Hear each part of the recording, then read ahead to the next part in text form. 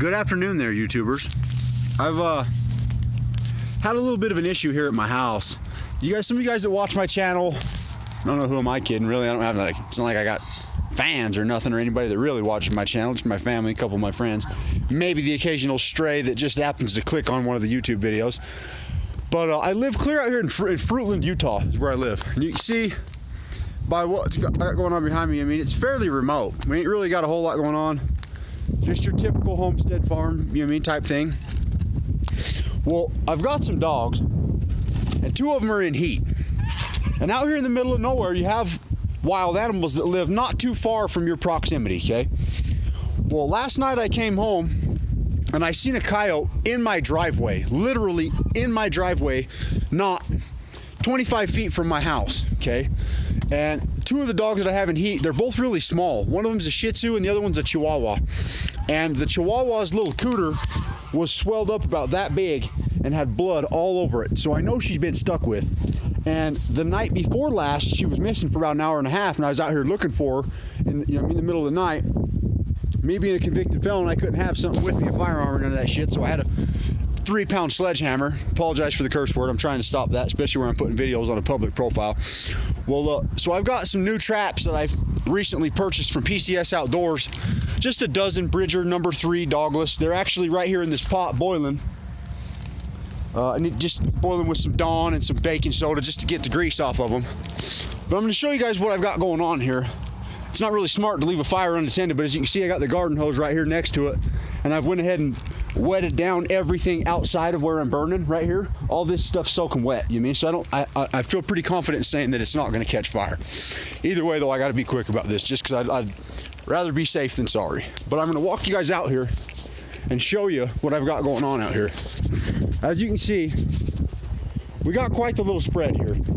You know what I mean? Just a couple random junk piles that we got, some trash piles that we occasionally use some stuff out of.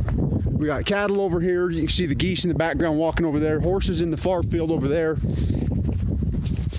We've got some free-range turkeys, some rabbits in the cages, free-range turkeys back in here. We got chickens in coops back in there. More cattle fields down in here. And then clear off in the distance that way, that's my main trapping area right now that I'm catching stuff in, and it's just a few coyotes here and there, some foxes here and there. But right out here, we've got this strip. There's some chain link right here. You can't really see through it too good until I get up here on this other side of it. But on this other side of here, we got a long runway that goes back into here. And this is where the dogs were the other night when we were in here. There's a little gap right here in this fence. You see? So what my plan is, and I've already read all my proclamations and everything. In the state of Utah, we're not allowed to use exposed bait.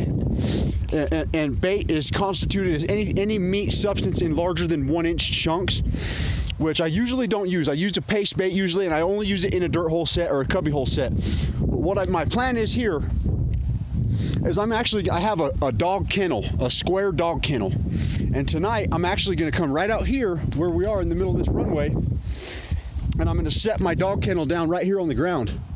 And I'm just gonna set all that entire dozen Bridgers all the way around it. Because I've got them 2 dogs that are in heat, and I know that's what they've been coming up here for. I've been hearing my animals freaking out for the last 3 nights. And that's been the few nights that my dogs have really been in serious heat where they're bleeding a lot. I can smell them myself when they don't have their little diapers on, you know what I mean? So I know it's a strong scent. And I'm gonna put them out here and see if I can't get that same yote to come back up here and maybe have him in the morning.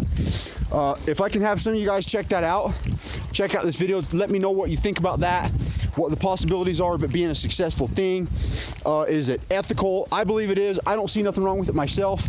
But sometimes there's been on a few occasions where my best thinking has landed me in prison. So I would like to know what some other people think from a more positive and more legal standpoint. Sounds good to me. I'm actually going to call a DNR officer right now before they close so I can ask him some questions about that. If anybody has any knowledge about this subject, please get a hold of me and let me know what's going on. Thank you very much.